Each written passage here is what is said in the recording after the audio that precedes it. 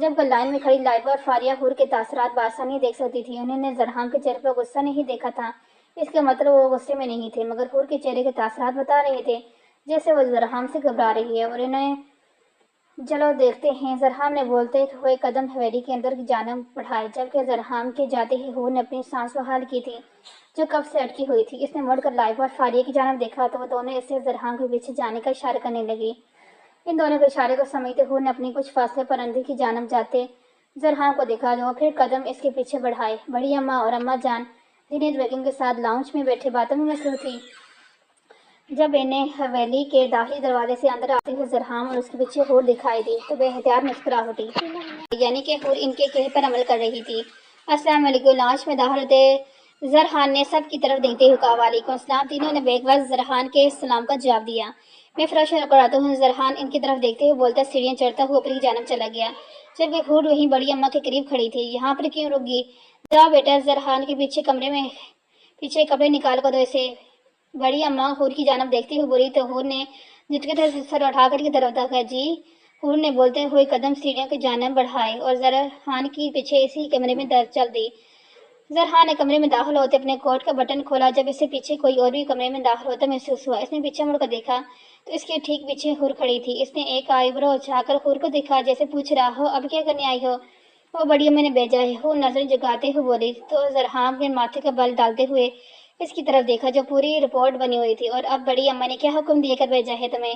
زرحان حور کی جانب دیکھتے بولا. جی وہ آپ کے کپڑے نکالنے تھے. حور تھوڑا گھبراتے ہوئے بولی کیونکہ زرحان کے سامنے کھڑے ہونا اس کے لیے بے حد مشکل کام تھا، جبکہ بڑی اماں کا حکم ٹالنا بھی اس کے لیے ناممکن تھا. بہت شکریہ، میں اپنے کام خود کر سکتا ہوں. زرحان حور کو دیکھتے سنجیدگی سے بولا اور الماری سے اپنے کپڑے نکالتا فریش ہونے چلا گیا. بڑی اماں پتہ نہیں کیوں یہ سب کروا رہی ہیں مجھ سے، جبکہ وہ بھی جانتی ہیں کہ یہ مجھے پسند نہیں کرتے اور میرا اس حویلی میں ٹھکانا کون سا مستقبل ہے. ایک نہ ایک دن تو مجھے یہاں سے جانا ہے. حور خود سے بولتی ہوئی صوفے پہ بیٹھ گئی. اسے پتا تھا کہ وہ دوبارہ کمرے سے باہر چلی گئی تو اماں نے پھر سے اس سے سوال کرنا ہے کہ زرحان تو کمرے میں ہے تو وہ باہر کیا کر رہی ہے. اسے مجبوراً کمرے میں ہی بیٹھنا پڑا. زرحان اپنے بالوں میں ٹاول رگڑتا ہوا باہر نکلا تو اسے نظر سامنے سوئے بیٹھی حور پر پڑی جو صوفے پہ بیٹھی اپنے ہاتھوں کو بغور سے دکھ رہی تھی. شاید اپنے ہاتھوں کی لکیر میں کچھ ڈھونڈنا چاہ رہی تھی. وہ اپنے کام میں اس قدر مصروف تھی کہ اسے زرحان کی موجودگی کا احساس نہیں ہوا. زرحان نے بال خشک کر کے بالوں میں برش کیا. جب اس کے کمرے کا دروازہ ناک ہوا دروازے کے بجنے پر حور نے فوراً سے اپنے خالے کو دنیا سے باہر آئی اور دروازے کی جانب دیکھا جو بند تھا. وہ ابھی اٹھتی اس سے پہلے ہی زرحان کی آواز اس کمرے میں گونجی. کم آن. زرحان نے اجازت دی تو ملازمہ کمرے کا دروازہ کھولتے ہوئے اندر داخل ہوئی، مگر دروازے پر ہی سر جھکا کر کھڑی ہو گئی. وہ چھوٹے سائیں بڑی اماں آپ کو اور بہو کو نیچے کھانے پر بلا رہی ہیں. وہ ملازمہ سر جھکاتے ہوئے بولی. ٹھیک ہے آپ جائیں، ہم آ رہے ہیں. زرحان ملازمہ کی طرف دیکھتے ہوئے بولا تو ملازمہ ہاں میں سر ہلاتی کمرے سے نکل گئی. زرحان نے ایک آخری نظر اپنے حلیے پر ڈالی اور پھر بغیر حور کی طرف دیکھے کمرے کا دروازہ کھولتے باہر نکل گیا. زرحان کو کمرے سے باہر نکل دیکھ حور نے بھی جلدی سے اپنے سر پر بٹن ترش کیا اور پیچھے ہی کمرے سے نکل گئی. حور زرحان کے ہم قدم ڈائننگ ٹیبل تک آئی اور ڈائننگ ٹیبل پر سب موجود انہیں کا انتظار کر رہے تھے جن میں آج شاہ نواز سکندر بھی شامل تھا. السلام علیکم. حور نظر جگاتے ہوئے مشترکہ سلام کیا اور جا کر لائبہ کے ساتھ والی کرسی پر بیٹھ گئی، جبکہ زرحان کے ساتھ والی کرسی پر ارحم بیٹھا ہوا تھا. کھانا بالکل خاموشی سے کھایا گیا تھا اور کسی نے بھی ایک دوسرے سے کسی معاملے میں کوئی گفتگو نہیں کی. شاید اسی حویلی کا اصول تھا کہ کھانے کے دوران کوئی بھی نہیں بولتا تھا. جو بھی بات ہوتی تھی کھانے کے بعد ہی ہوتی تھی. یہ چیز حور پچھلے 3 دنوں سے نوٹ کر رہی تھی. جب پہلے دن وہ ان کے درمیان بیٹھی تھی تو اس نے پہلی بار زرحان اور زرہیب صاحب کو آپس میں گفتگو کرتے دیکھا. اس کے علاوہ کسی نے کسی سے کوئی بات نہیں کی تھی. اور اس کے بعد بھی جب بھی کھانا کھایا گیا خاموشی سے کھایا گیا. اماں جان مجھے ایک کپ چائے بنوا کر میرے کمرے میں بھجوا دیں. ارحم اماں جان کی طرف دیکھتے ہوئے بولا اور اپنی کرسی سے اٹھ کھڑا ہوا. فاریہ جاؤ بیٹا سب کے لیے چائے بنا کر لاؤ. اماں جان نے فاریہ کی جانب دیکھتے ہوئے بولا تو فاریہ فوراً اٹھ کھڑی ہوئی، جبکہ کھانا تو وہ کب کا کھا چکی تھی. شیراز کب آ رہا ہے واپس؟ کچھ پتہ چلا؟ بڑی اماں زرہیب سکندر کی طرف دیکھتے ہوئے بولی. بڑی اماں شیرازی سکندر کو شیراز ہی کہتی تھی. وہ سب کا چھوٹا اور لاڈلا بیٹا تھا اور انہوں نے ہمیشہ انہی کے معاملے میں ہجر کاٹا تھا. جی اماں کچھ دن پہلے بات ہوئی تھی تو اس نے بتایا تھا کہ وہ جلد آئے گا ملنے. زرہیب سکندر بڑی اماں کی طرف دیکھتے مسکراتے ہوئے بولے تو انہوں نے خاموشی سے ہاں میں سر ہلا دیا. انتظار کے علاوہ وہ کچھ کر بھی نہیں سکتی تھی. اپنی آخری اولاد کے معاملے میں وہ ہمیشہ صبر ہی کرتی آئی تھی اور انہیں اب بھی ان کا انتظار ہی کرنا تھا۔ کھانا کھانے کے بعد سب اپنے اپنے کمرے میں جا چکے تھے جب حور، فاریہ اور لائبہ کچن میں موجود تھے۔ بھابھی، آپ لالہ کے لیے چائے کمرے میں لے جائیں گی؟ فاریہ حور کی جانب دیکھتے ہوئے بولی تو حور نے چٹکے سے سر اٹھا کر فاریہ کی جانب دیکھا۔ کیا ہوا، ایسے کیوں دیکھ رہی ہیں؟ ہماری بھابھی ہی ہیں، ویسے بھی آپ ہم دونوں سے رشتے بھی، عمر میں بھی بڑی ہیں، تو ہم آج سے آپ کو بھابھی ہی بولیں گے۔ فاریہ مسکراتے ہوئے بولی، یہ لیں لالہ کی چائے، اور آپ کو ایک بات بتانی تھی۔ کھانے کے بعد لالہ روزانہ چائے پی کر ہی سوتے ہیں، تو آج سے لالہ کے لیے چائے آپ بنا کر لے کر جایا کریں گی۔ ٹھیک ہے، فاریہ حور کے ہاتھوں میں ٹے تھماتے ہوئے بولی۔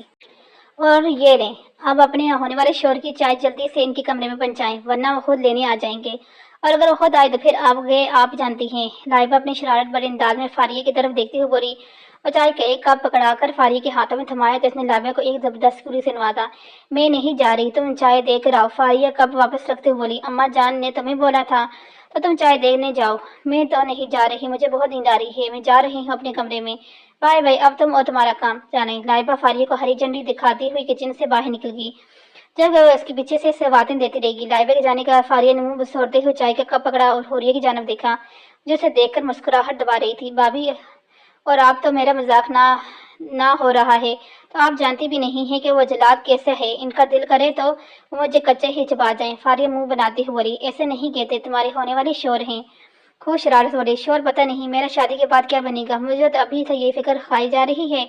فاریہ صدمے کی کیفیت میں بول رہی تھی، اچھا یہ بعد میں سوچ لینا، ابھی چائے ٹھنڈی ہو رہی ہے، اپنے ہونے والے شوہر کو پہنچاؤ۔ حوریہ فاریہ کی طرح دیکھتے ہوئے بولی تو قدم کچن سے باہر جانے پر ہائے، تو فاریہ بھی اس کے پیچھے چل دی۔ ارحم کے کمرے کے آگے رکتے فاریہ نے دروازہ ناک کیا، کوئی جواب نہیں آیا۔ اس نے دروازہ دوبارہ ناک کیا، لیکن پھر بھی کوئی جواب نہیں آیا۔ خڑوس بن کے بھی حد ہے، بندہ باہر کھڑا چاہے مر جائے مگر ان کے نخرے ختم نہیں ہوتے، مجال ہے جو آگے سے پہلی بار میں جواب دے جائے۔ فاریہ منہ بناتی ہوئی بڑبڑا رہی تھی جب اچانک کمرے کا دروازہ کھلا۔ ارحم کو اپنے سامنے دیکھ کر ہڑبڑاتے ہی چائے کی ٹرے اس کے ہاتھ میں گرتے گرتے بچی۔ خود سے باتیں کرنے کے اتنے ہی شوق ہے تو کہیں اور جا کر کر لیا کرو، میرے کمرے کے آگے کھڑے ہو کر اپنے فلسفے جاننے کی ضرورت نہیں۔ ارحم فاریہ کی طرف دیکھتے ہوئے کڑوے ترین لہجے میں بولا۔ ارحم کی باتیں سن کر فاریہ کا تو مانا جیسے گلا ہی کڑا ہو گیا۔ اس نے بغیر بولے ہی چائے کی ٹرے ارحم کی جانب بڑھائی اور ارحم نے سرد نگاہوں سے پہلے فاریہ کی جانب دیکھا اور پھر اس کے ہاتھ میں پکڑی ہوئی ٹرے کو، اور ہاتھ بڑھا کر اس نے ٹرے سے کپ پکڑ لیا۔ اب جاؤ یا یوں خود چھوڑ کے آؤں؟ فاریہ کو وہیں کھڑا دیکھ کر ارحم کاٹ کھانے والے لہجے میں بولا تو فاریہ نے غصے سے اپنے دانت پر دانت جمائے جیسے اسے دانتوں کے درمیان ارحم سکندر موجود ہو۔ خود پر ضبط کرتے ہوئے فاریہ نے ہاں میں سر ہلایا اور بغیر ارحم کی طرف دیکھے دہشت قدم لیتی وہاں سے چلی گئی، جبکہ ارحم نے بری طرح اس کی پشت پر گھورا۔ پتہ نہیں کیا مسئلہ ہے بندی کے ساتھ، ہر وقت انکار ہی چھپائے پھرتا ہے۔ میں تو ہمیشہ کریلے کا کڑوا سمجھتی تھی، لیکن یہ تو کریلے سے ہی کہیں درجے آگے۔ خڑوس انسان، حد ہوتی ہے، مجھے تو اس طرح دیکھتے ہیں جیسے میں نے ان کی جائیداد دھوکے سے اپنے نام کروا لی ہے۔ فاریہ غصے سے بولتے ہی اپنے کمرے میں داخل ہوئی اور دھڑام سے دروازہ کھولا، جبکہ سامنے بیڈ پر ریلیکس انداز میں بیٹھی لائبہ ہڑبڑا کر اٹھی تھی۔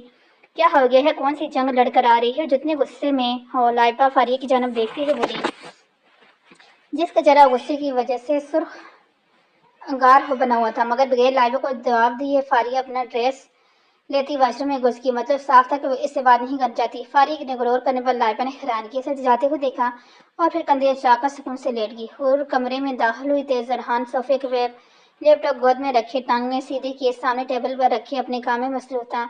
آپ کی چائے؟ حور چائے کا کپ ٹیبل پر رکھتے ہوئے بولی تو زرحان نے لیپ ٹاپ سے نظر ہٹا کر اس کی طرف دیکھا جو ٹیبل پر چائے رکھ رہی تو تمہیں کس نے بولا ہے چائے کا؟ زرحان حور کی طرف دیکھتے ہوئے بولا، وہ فاریہ نے بتایا تھا کہ آپ کھانے کے بعد چائے پیتے ہیں، اس لیے۔ حور نظریں جھکاتے ہوئے بولی۔ حور کی بات سن کر زرحان نے ایک نظر اسے غور سے دیکھا جو پچھلے کچھ گھنٹوں سے خالص بیویوں والے فرض نبھا رہی تھی۔ تمہیں یہ سب کام کرنے کی ضرورت نہیں، اس حویلی میں بہت سے ملازم موجود ہیں، زرحان نے اسے نتیجہ دیتے ہوئے بولا اور دوبارہ اپنی نظریں لیپ ٹاپ پر جما لی۔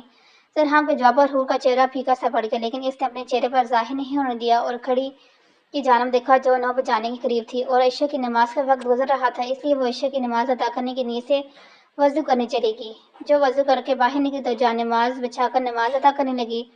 زرحان جو اپنے کام میں مصروف تھا مگر وہ محسوس کر رہا تھا خود اس کمرے میں کیا کر رہی ہے۔ جب ہم نماز پڑھنے میں مصروف ہوگی تو زرحان نے ایک غیر معمولی سی نظر اٹھا کر اس کی جانب دیکھا۔ اس وقت اس نے کپڑے چینج کر کے ایک ہلکا سا ڈریس پہنا ہوا تھا جو سفید رنگ کا تھا اور ایک سفید رنگ کی چادر سے ہی اس نے حجاب کیا ہوا تھا جو اس کے آدھے وجود کو چھپائے ہوا تھا۔ اس کے وجود سے ہوتی نظریں اس کے چہرے پر گئی تو نہ چاہتے ہوئے زرہام نے بنا پلک جھپکائے اس کے چہرے کو دیکھنے لگا۔ اس کے چہرہ اس وقت یوں لگ رہا تھا جیسے چہرے سے نور جھلک رہا ہو۔ وہ خوبصورت تھی، بلکہ بہت زیادہ خوبصورت تھی، مگر نماز ادا کرتے ہوئے اس کا چہرہ چمک رہا تھا۔ زرہام کے دل نے ایک دم سے اسے گواہی دی کہ یہ لڑکی جو اس کے سامنے مسلح بیٹھی ہے وہ اس لڑکی کے ساتھ زیادتی کر رہا ہے۔